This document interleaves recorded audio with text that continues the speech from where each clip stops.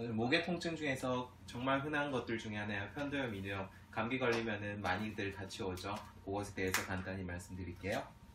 자, 주증상은 이거예요. 감기를 걸렸는데 이제 막 열이 나고 목이 아프기 시작해서 해요. 그냥 뭐 넘기면 아프기도 하고요.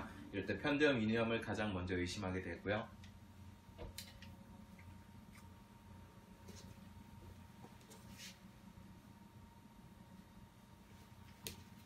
네, 먼저 일단은 부위 따라서 명칭이 좀 달라져요. 이제 인두랑 후두를 알아야 되는데요. 인두는 요 코 비강 뒤쪽부터 식도까지 넘어가는 요 길목을 뜻하게 돼요. 총 세 군데로 구역을 나누게 되고요. 위에는 비인두, 여기는 구강인두, 하인두 이렇게 세 가지로 나눕니다. 뭐 특별한 차이가 있는 건 아니고요. 구역 따라서 조금씩 나뉜다고 보시면 되고요. 또 후두라는 곳쪽이 있어요. 요거는 요 목 줄기부터 이제 기관 넘어가기 전까지 이제 성대도 있고 우리 말하고 숨쉬고 하는 그 첫 번째 통로라고 생각하시면 되겠습니다. 이제 처음에는 코나 입을 통해서 바이러스나 이런 것들이 침투해서 감기에 걸리죠. 근데 그런 것들이 뒤로 이제 넘어가게 되면은 인두 쪽에 감염을 일으킬 수도 있고 후두 쪽에 감염을 일으킬 수도 있어요. 후두 쪽에 감염이 일어나면 이런 식으로 성대 쪽이 많이 붓게 되고요. 또 인두 쪽에 감염이 되면 이렇게 빨갛게 돼요. 안에 점막들이. 이런 식으로 어디에 염증이 생겼냐에 따라서 인두염, 후두염 이렇게 나눠서 부르게 됩니다. 그리고 편도가 있어요. 편도라는 거는 면역 세포들이 나오는 어떤 조직이라고 보시면 되는데요. 이제 여기는 인두편도 또는 아데노이드라고 하고 구개편도, 설편도 이렇게 세 가지로 나눠서 봐요. 이제 이런 데 염증이 생기면은 막 이런 데가 붓고 그러는데요. 그럴 때 편도염이 왔다고 부르게 되고요. 그리고 실제로 이제 입을 열어서 봤을 때 이 편도라는 게 크게 보이는 조직이 아니에요. 요 양 사이드로 자그만하게 보이는 게 편도인데 편도에 염증이 생기면 이렇게 부어요. 잘 보이시는지 모르겠네요. 좀 빨갛게 붓고요. 어떤 분들은 막 노랗게 나오기도 하고 이런데 목이 아프면서 이제 이것도 많이 퉁퉁 부어 보이고 하면 편도염이라고 진단을 내리게 되는 거죠. 그래서 이런 것들이 뭐 어디로 올지는 몰라요. 같이 오시는 경우도 있고요. 뭐 인두만 염증이 생기는 경우도 있고, 뭐 편도만 생기는 경우도 있고, 후두만 생기는 경우도 있고, 굉장히 다양하게 오는데 전반적으로는 초기에는 목에 뭔가 까끌하고 뭔가 답답하네, 혹은 목이 건조하네 하면서 기침을 가볍게 하게 되고 이런 식으로 오게 되고요. 이게 중기로 가게 되면은 이게 공기가 지나다니는 길목을 조금씩 막게 돼요. 부어오르다 보니까는. 그래서 이제 두통이나 뭐 구취가 심해진다든지 설태가 하얗게 많이 낀다든지 목이 잘 쉰다든지 이런 증상들이 많이 나오고요. 이때부터는 뭐 음식물 넘기거나 하면은 이게 걸려가지고는 아파 이렇게 느끼게 되겠죠. 그래서 목 넘김이 통증이 심해지고요. 후기로 가면은 이제 막 열이 많이 뜨고 이런 증상들은 많이 가라앉는데 주로는 목이 간질간질하게 오래 가는 걸로 많이 남아요. 이제 목이 간질간질하고요. 목이 통증이 좀 있고 목이 마르고 쉰 목소리가 나오고 또 어떤 분들은 마른 기침 새벽에 많이 하시기도 하고요. 이런 식으로 진행이 됩니다. 자, 이 편도가 역할이 몇 가지가 있는데 이게 왜 있냐면은 원래는 이게 면역작용을 하기 위해서 있는 거예요.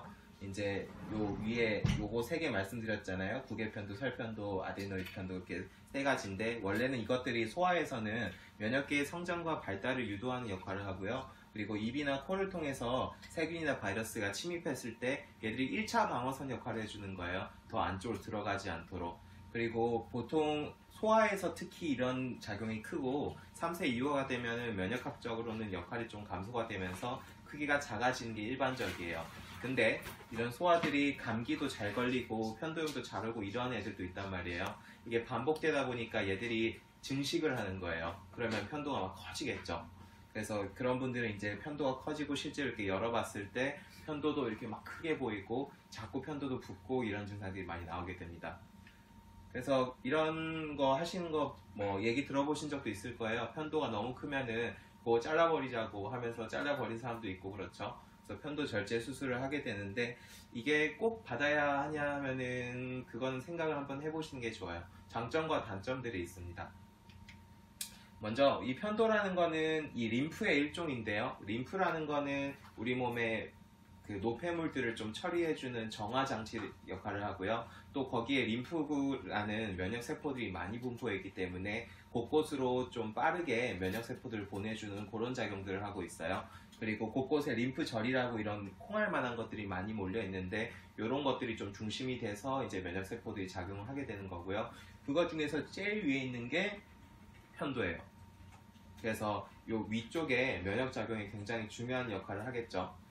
자, 편도 절제 수술을 했어요. 장점은 이게 너무 많이 커서 코골이를 하는데 숨을 막혀하는 분들이 있어요.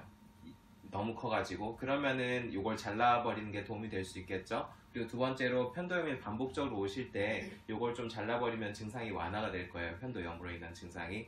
단점은요, 잘라버렸잖아요. 완전히 아물지 않으면 출혈 반응이 자주 생길 수 있어요. 뭐 물 먹는데 자꾸 피 맛이 난다든지 뭐 이런 증상이 있을 수 있겠죠. 그리고 두 번째로 이게 1차 방어선이잖아요. 1차 방어선을 없애버렸으니까는 이제 2차 방어선으로 더 빨리 넘어가게 되겠죠. 그래서 감염이 일어났을 때 기관지나 폐에 감염이 일어날 확률이 더 증가하게 될 겁니다. 잘 생각해 보는 게 좋은데요. 일단 1차 방어선을 지키는 게 건강에는 유리할 가능성이 높아요. 그래서 뭐 제 생각에는 1차 방어선을 최대한 지켜주고 보존적으로 치료하는 게 훨씬 나을 것 같습니다.